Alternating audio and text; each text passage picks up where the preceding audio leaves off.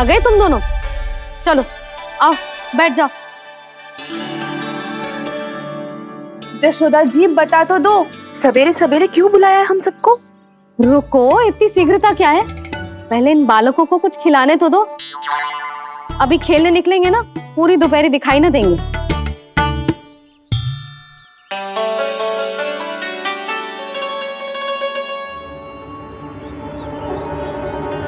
मैया देखो ना, कैसे अपने आभूषणों का दिखावा कर रही है जी सुलोचना। चिंता मत कर बहू, शीघ्र ही हम इससे अधिक आभूषण और इससे अधिक उत्तम वस्त्र पहन के घूमेंगे। ये देखो तुम दोनों के लिए क्या बनाओ है मैंने। पूरे गोकुल में प्रसिद्ध मेरे पेड़े। चलो लो। यशोदा, ये तो बहुत सारे हैं। हाँ जशोदा जी, इतने सारे तो मैं भी ना खा पाऊं। क्यों दृष्टि लगा रही हो सुलक्षणा? बढ़ती आयु के बालक हैं, खाने दो इन्हें। तुम सब कछु मत सुनना, जी भर के खाओ। देखा ना?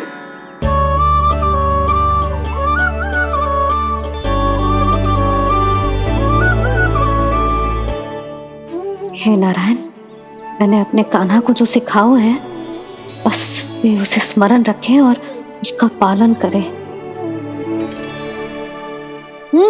ले और ले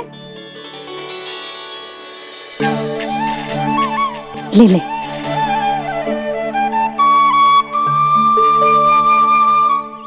आज तो एक के बाद एक पेड़ मिल रहे हैं, वो भी बिना रोक टोक के। मैया दो के बाद तीसरी मिठाई बड़ी कठिनाई से खाने देती है, पर आज सादा लाड पेड़ों के माध्यम से जिता रही है।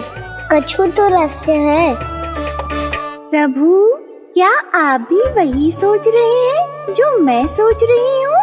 कोई परीक्षा तो नहीं ले रही है ये? किस सोच में पड़ गए तुम दोनों?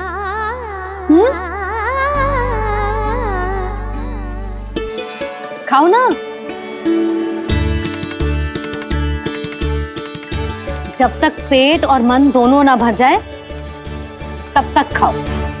बस यशोदा, इतना पर्याप्त है। अरे ना जिज्जी, घर के शुद्ध मावा और गुड़ के बने, कितना भी खा ले कोई हानि ना होगी। लो और लो।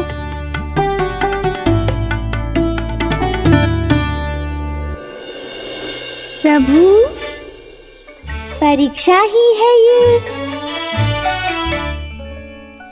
ये तो खाए जा रहा है, कहीं मेरी दी हुई सीख फूल तो ना खाओ, सारा खेल बिगड़ जाएगा। सदैव स्मरण रखियो लल्ला, लोभ बहुत भयानक होता है, बहुत भयंकर। जो एक बार हमारे मन में प्रवेश करके हमें भीतर से ही जकड़ लेता है, इसके कारण हम अधिक से अधिक और अधिक से अधिक पाने की इच्छा करने लगते हैं। क्या हुआ कान्हा, रुक क्यों गए?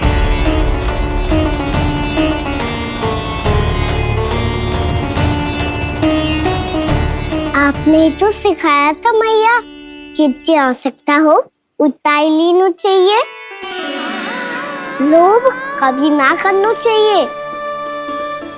बहुत बुरा राक्षस है लोभ।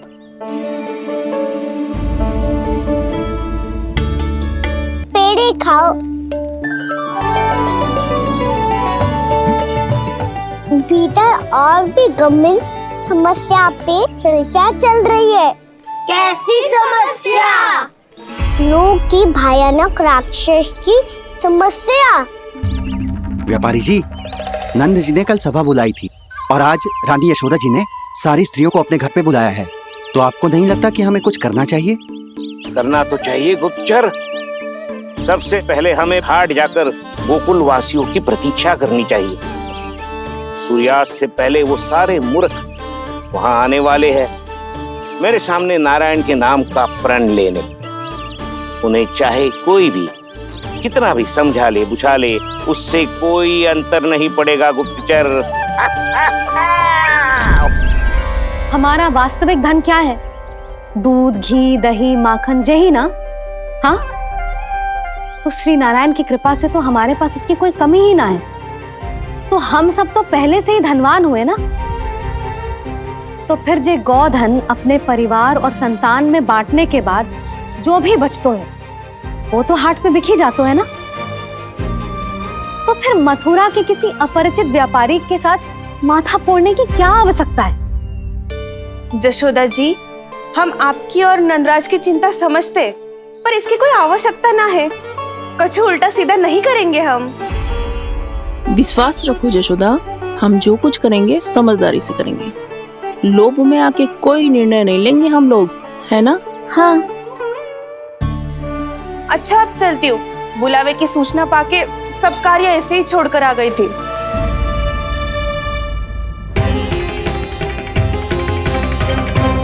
अब किसको घेर लियो? लोभ के भयानक राक्षस ने। ये तो तभी पता चलेगा जब वो सब बाहर आएंगी। तब तो सबको बहुत ध्यान से देखना पड़ेगा।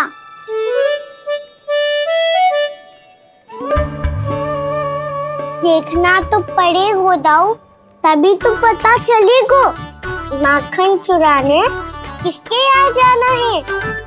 ना ना,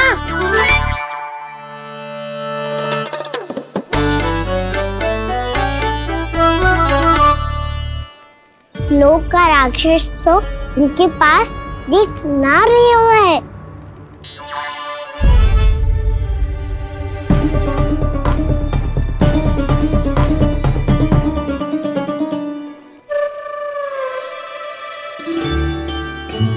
छोटा सा बालक लगता हूँ मैं। आहा, नखरे तो देखो। इतना सज धज के तो तेरे बाबा भी ना जाते बाहर, दृष्टि लग जाएगी लल्ला। चुप करो।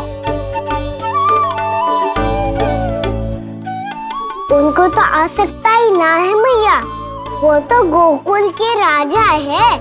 वैसे भी मुझे भी कम मत समझो, मैं भी राजा हूँ अपनी टोली का। कौन सी टोली? अपनी। ये क्या कर रहे हैं प्रभु? बता, कौन सी टोली?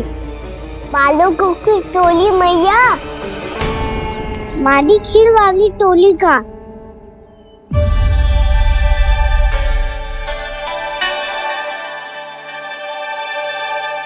क्या हुआ जी? देखो जी, आप इतनी चिंता मत ही करो। आप गोकुल के राजा हो और जे बालकों की टोली का राजा है। तो मैं भी जसोदा हूँ, मैं कोई कम थोड़ी ना हूँ। मैं भी गोकुल की स्त्रियों की रानी हूँ। मैंने सबको समझाओ है, सब समझ गई हैं। उपनंद भैया से बात करके आ रहा हूँ अभी। पता चलो है कि उस व्यापारी ने अग्रिम राशि का लोभ दिया है सबको। मुझे ना लगता तुम्हारे समझाने का कोई लाभ हो। अभी तो ये सब समझ के गई, बोल के भी गई कि अब उस व्यापारी के फेर में ना फंसेंगी। इतनी शीघ्र पलट गई। इन सब में अपनी बुद्धि ना है क्या? जब कोई विकार मन में बस जाता है ना यशोदा, तो सूझबूझ सब समाप्त हो जाती। तो मुझे ही कच्चू करना पड़ेगा। मैया मैं जाऊं? हाँ, तू जा।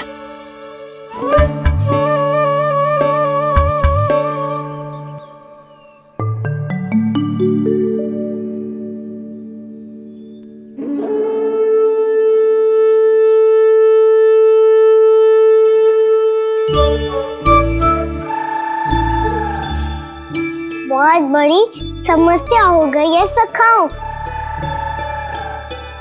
कैसी समस्या?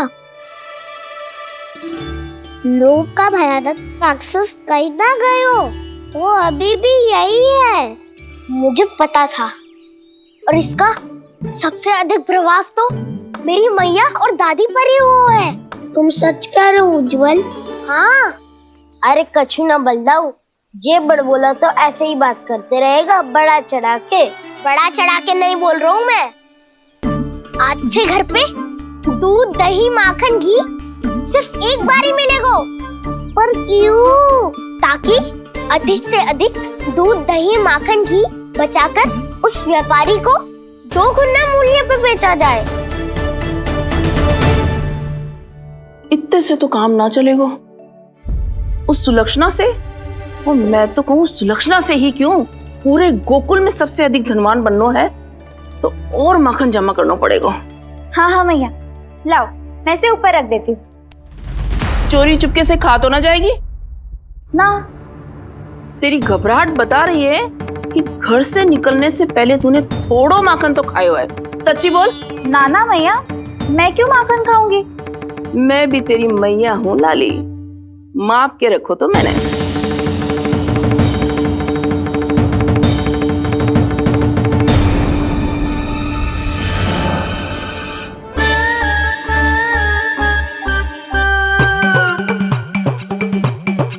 हाय रे, तूने तो सच्ची में माखन खायो है। तनिक भी लज्जा ना आई तुझे? असत्य बोलने से पाप लगता है मैया, और जितनी बार आप माखन नाप रही है उतनी बार डंडी पे लगा माखन आप स्वयं चाट रही है, और दोष मुझ पे दे रही है। वो तो बस मैं इसलिए चाट रही थी कहीं व्यर्थ ना जाए। और तेरी जीभ है कि तीखी मिर्ची, एक तो मैया से बहस करती है और चोरी चुपके स्वयं खा के मैया पे दोष भी धरती है। हे नारायण, कैसी बहू दी है मुझे। जा दूर हो जा मेरे कक्ष से, और माखन के तो आसपास भी दिखने की आवश्यकता ना है। इस चटोरी को तो कोई भरोसा ना है, माखन को तो सुरक्षित स्थान पर रखना पड़ेगा।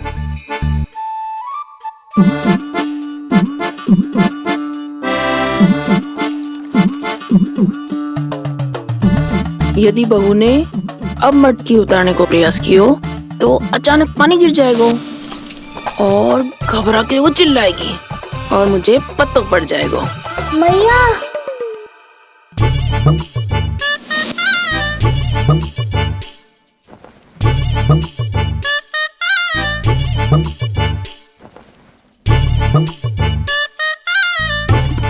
ये माखन तो मैं किसी को छूने भी ना दूंगी, तभी तो बनूंगी धनवान, बहुत धनवान। मैया माखन बेचने कहीं अकेली ना निकल जाए, ये तो पता भी ना चलने देगी कि कितना धन मिलो है। इन्हें अकेली धनवान ना बनने दूंगी मैं भी बनूंगी धनवान, बहुत धनवान। पहले तो जब चाहे तब भरपूर माखन खा सकता था, पर अब दोनों तो ऐसे संभाल के रखती हैं कि जैसे माखन की मटकी ना स्वप्न का कलश हो। मेरे यहाँ भी ऐसा ही हो रहा है। नारायण का बहुत बहुत धन्यवाद। नंद जी और जशोदा जी की बातों में आने से पहले ही सत्य का पता चल गया।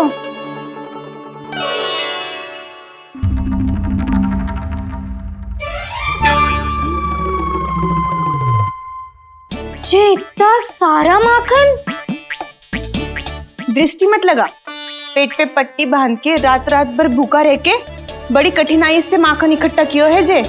तो क्या आपने निर्णय ले लियो है कि आप उस व्यापारी को वचन दे दोगी? अरे जब द्वार पे साक्षात लक्ष्मी जी हो तो द्वार बंद ना करते बावी। तू अभी छोटी है, मैं तो कहती हूँ तू भी अपने भविष्य के बारे में अभी से सोचना आरंभ कर दे। कटौती तो मेरे घर पे भी आरंभ हो गई है का ना।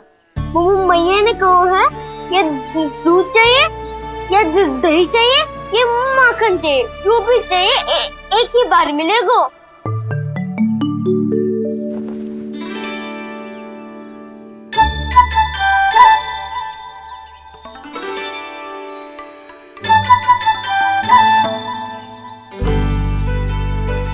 तब हमारी टोली को ही कुछ करना पड़ेगा। तुम सबको तुम्हारा अधिकार मिले, ये हमारा कर्तव्य है।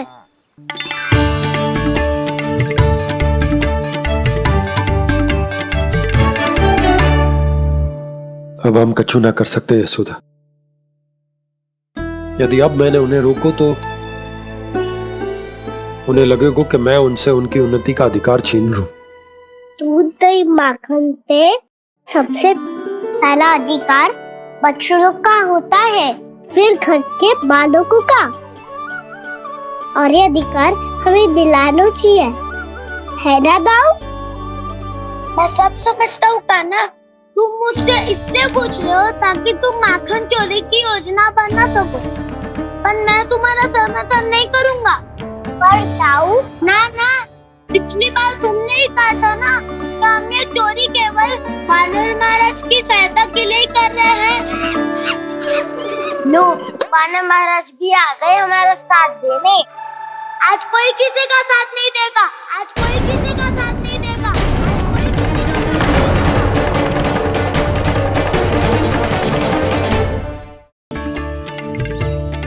हमारे साथ ना दाऊ, उनके साथ।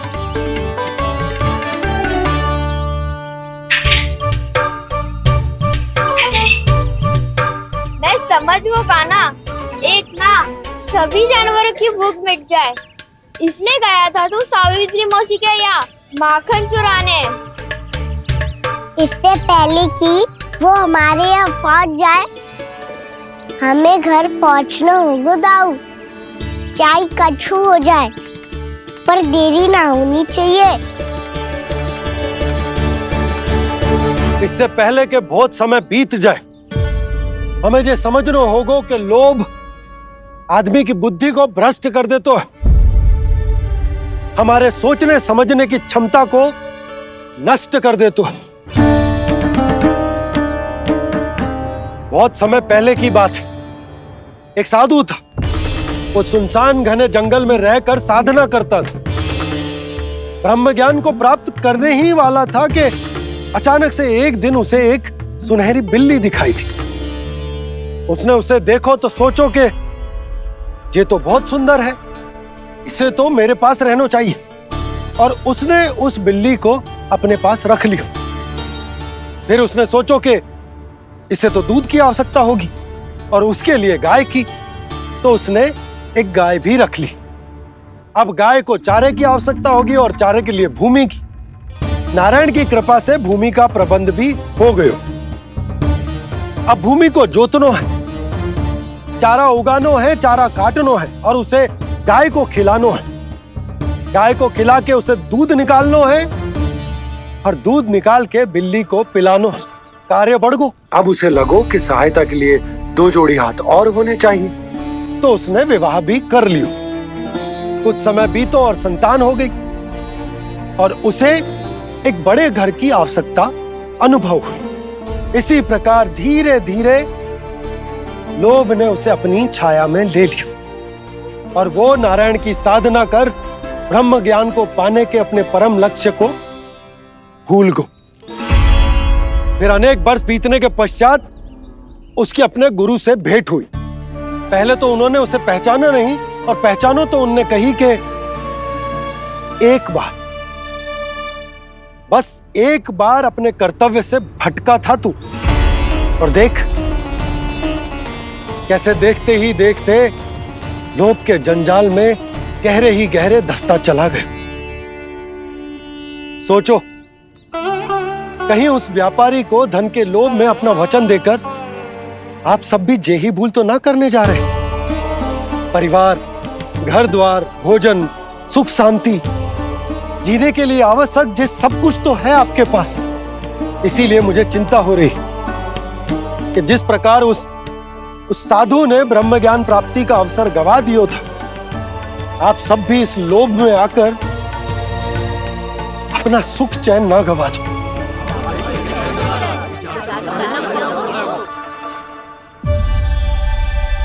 लग तो है बात सबको समझ आ रही है।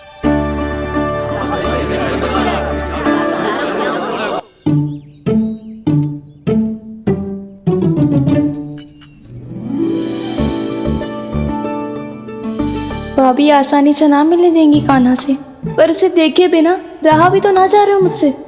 कहाँ है वो? मुझ पे बहुत क्रोध है उन्हें। इतनी शीघ्र शांत ना होगा, उन्हें मनाना तो पड़ेगा ताकि मैं नंद भवन में फिर से बिना किसी रोक टोक के आ जा सकूं। पर क्या बोलूं, कैसे मनाऊं उन्हें?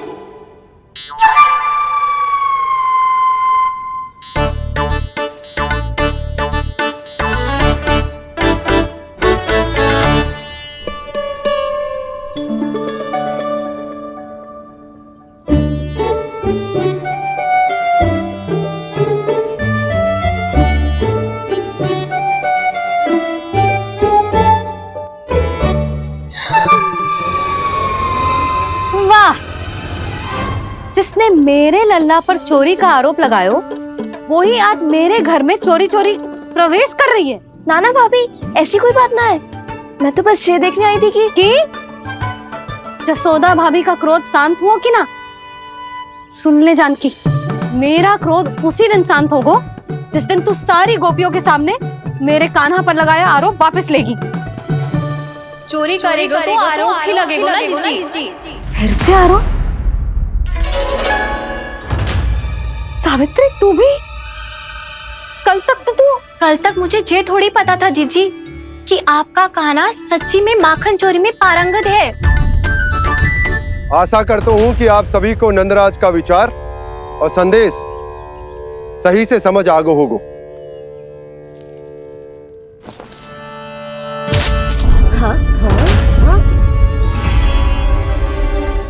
सिक्कों की खनक बता रही है कि पोटली कितनी भारी है। एक ही दिन में कितनों धन पा गई जे।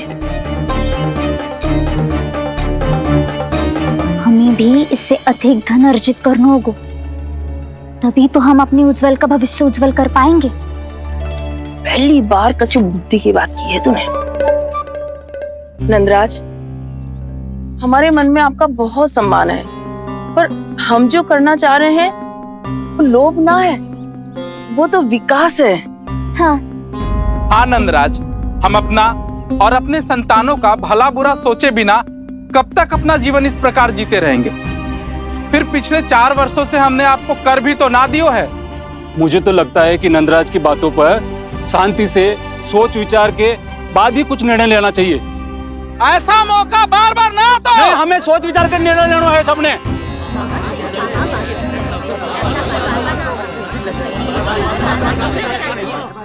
चोरी में पारंगत? हाँ जीजी, उसने टोली बनाई है और उसका नाम भी रखा है चौर्य विद्या प्रसारण टोली, और आपका कान्हा उसका अध्यक्ष है। अच्छा, तो कान्हा पूरी टोली लेकर आया था चोरी करने तेरे घर? और नहीं तो क्या। पर एक बात बताऊं जीजी, मेरे बलदर को देखकर किसी का साहस ना हुआ भीतर जाने का, पर आपका कान्हा इतना साहसी है कि बिना भयभीत हुए इतने भयंकर बैल के निकट चले गए। सच्ची? और तेरे रक्षक बैल ने कुछ ना किया उसे? है ना अचरज की बात। क्रोध के स्थान पर वो तो उसके सामने ऐसे झुको जैसे कि प्रणाम कर रहा है। और जीजी, आपका कान्हा साहसी ही ना, बहुत चतुर भी है। मैंने मटकियां बहुत ऊपर लटकाई थी, पर बताओ कि बिना चौकी के मटकी को नीचे उतारने का उपाय किसने ढूंढा? किसने? आपके चतुर कान्हा ने। उसने अपने सखाओं को पर्वत बनायो और एक पक्के सेनापति की तरह बिना भयभीत हुए उनके ऊपर चढ़ गयो और मटकियां उतारने लगो। और एक ही ना, तीनों की तीनों मटकियां उतार ली। तीनों? हाँ जीजी, और वो इतना दयालु है कि पहले एक मटकी का माखन सब में बांट दियो और फिर बची हुई 2 मटकियों में कि कहीं हम उसके बिछाए जाल में फंस तो ना रहे।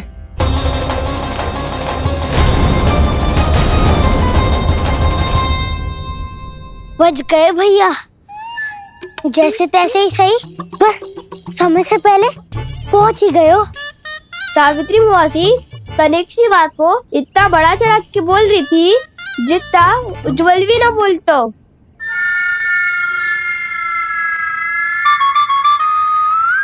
वैसे आनंद तो बहुत आयो, सच्ची। हाँ, बेहतर लगा तो माखन भी तो मिला और परोपकार भी होगा। बता कान्हा, और किसके घर जाना है अब? आज ही तो हमें शिक्षा मिली है, इतनी शीघ्र भूल गए तुम सब। लोग के चक्कर में पड़ोगे तो फंसोगे। लोग के चक्कर में पड़ोगे तो फंसोगे।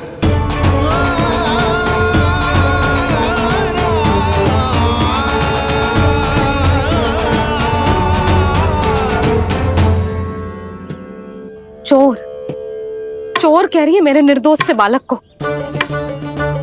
अब तो इन दोनों ने अति ही कर दी है।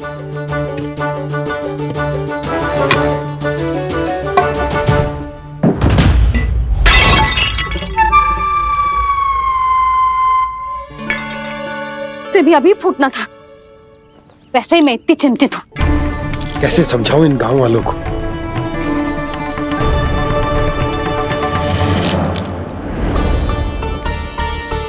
कोई समझने को तैयार ही ना है। लगता है सबकी बुद्धि भ्रष्ट हो गई है। सही कह रही हो यशोदा तुम। मुझे तो लगता है कि सोचना समझना ही छोड़ दिया सबने।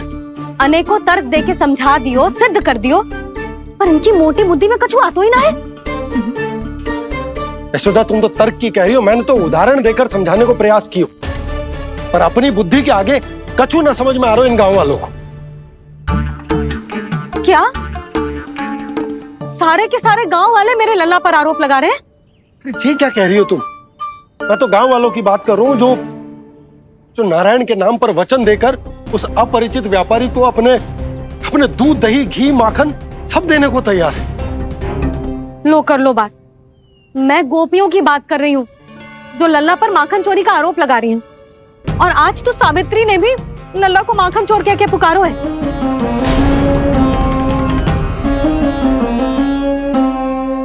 सावधान यशोदा, कहीं बड़ा होकर माखन चोर ना बन जाइए। अच्छा, ये सब आप छोड़ो। स्त्रियों की बात है, मैं संभाल लूंगी। आप ये बताओ, सभा में क्या हुआ?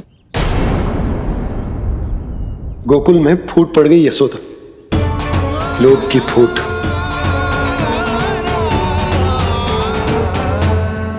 अरे रुको रुको रुको, व्यापारी जी रुकिए रुकिए। नंदराज ने प्रयास तो बहुत किया था व्यापारी जी, पर कुछ व्यक्तियों को छोड़ करके किसी के कान पे जूं तक नहीं रेंगी। इसका अर्थ फूट पड़ चुकी है लोभ की वजह से। बहुत ही शुभ समाचार लाए हो गुप्तचर।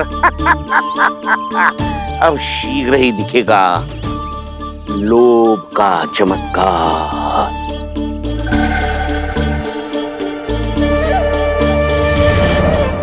लोभ से बचने को जो पाठ हम कान्हा को पढ़ा रहे थे ना, आज वही पाठ मैं इन गांव वालों को समझाने में असमर्थ रहा। आप चिंता मत करो जी, धीरे धीरे सब ठीक हो जाएगा। तब तक बहुत देर हो जाएगी यशोदा। ये गोकुलवासी मेरे अपने, उन्हें अपनी आंखों के सामने मैं भूल करते ना देख सकता।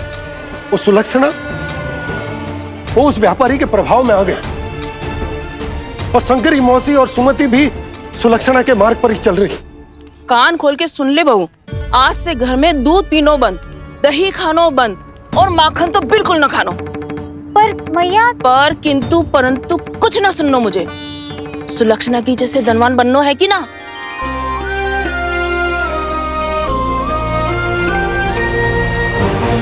तो फिर जैसा मैं कहती हूँ वैसा कर, तभी तो अधिक से अधिक दूध, दही, माखन बेचकर अधिक से अधिक धन अर्जित कर पाएंगे हम। सुलक्षणा को उस व्यापारी की तरह धनवान बनना है, और